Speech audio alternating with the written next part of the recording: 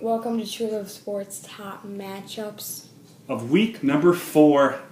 I'm Henry Johnson. He's Henry Johnson. I'm Joshua Johnson.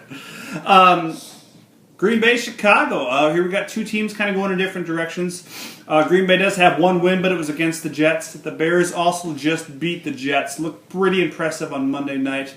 You know, the Jets are a quality defensive team, but they leave a lot to be desired offensively, and Chicago took advantage of that.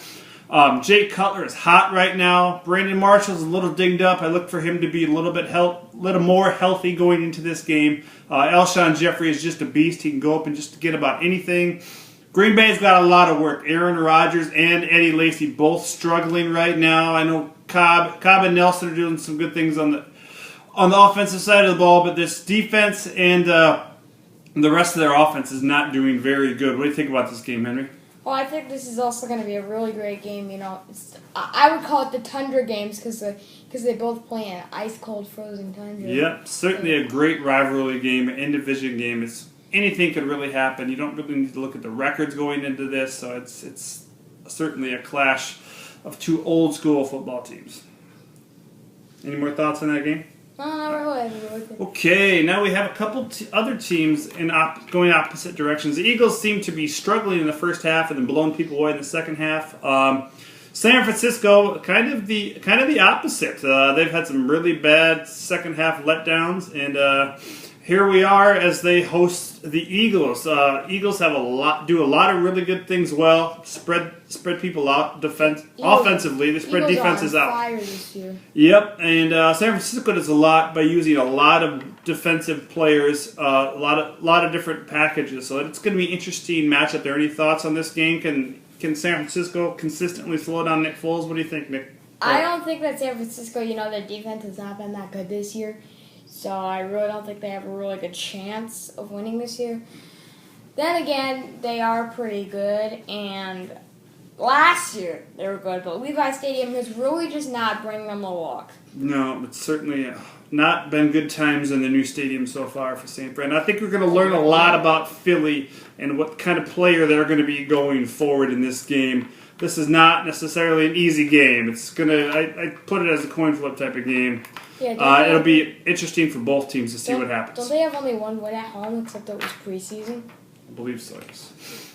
Okay, Henry chose this game. Why'd you choose this game, Henry? I just chose this game because they both have the exact same stats. They're both 3-1. Yeah, they're 2-1. They're both 2-1. Yeah. Going into the first season, and I just think they're both some teams that are really good and that were undefeated the season before, but were not that good last year. Undefeated, before last week. Yeah, definitely. A couple pretty decent running teams. The Bills use a lot of different running backs and a lot of different players to help EJ stay comfortable. We don't know if Arian Foster is going to be available for Houston. Jadeveon Clowney's still out. It's a tough game on the road for Buffalo, but I think they've shown me enough so far this year that I think Buffalo can pull this one out. What do you think, Henry? I think that they got J.J. Watt, and don't forget Andre Johnson. Andre Johnson, yeah. And DeAndre Hopkins is looking really good on the offensive side of the ball, too. And that they're going to really have a good chance. I just like the Texans' uniforms and their jerseys. I really like them. I think they're kind of cool. And then again... Too much white in the Buffalo uniforms for you? Yeah, but I really do like Sammy Watkins. I don't know why. They got a lot of weapons there. Old man Fred Jackson just continues to look really good. A lot of this game will depend on how well Alfred Blue, rookie, plays for the Houston Texans if Arian Foster is not a go. Last game, Patriots fan. Monday night game in Kansas City. Arrowhead is a very, very tough place to play. Tennessee went in there week 1 and made people think twice about giving KC any kind of credit. Everybody overreacts after 1 week. But it was certainly not a very good game for Kansas City in their home stadium, the way to open the season. You're going to be mad at me, Henry, but I think I like to see Kansas City bounce back and win this game. New England is not blowing anybody out of the water. They do not have a deep game going right now, offensive-wise, with their passing game. So I think it's going to be a tough matchup, and I see Kansas City squeaking this one out. What do you think?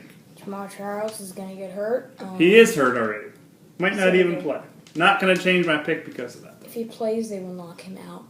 But, anyways, I really think the Patriots are going to push in this game, with Well, they need Vereen to be healthy. They need all their running backs, Vereen and Ridley, to really contribute. Bolden and White. They if also get them need involved. Vincent Wilfork, last year. I think they would have made it to the Super Bowl if they wouldn't have lost Vincent Wilfork. That was a really bad loss on their defense, and now they got a really good defense this year going in.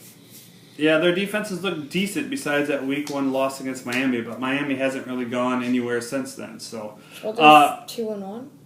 yeah, they are 2-1. Haven't given up a lot of points the last couple weeks, single digits. So we'll see if they can continue that. But I still think Kansas City has the edge at home in Arrowhead. This has been True Love Sports' top matchups of the NFL week. I'm Joshua Johnson. He is Andrew Johnson. And we will Patriots talk to are gonna you. Crush. Talk to you next week. Have a pleasant tomorrow.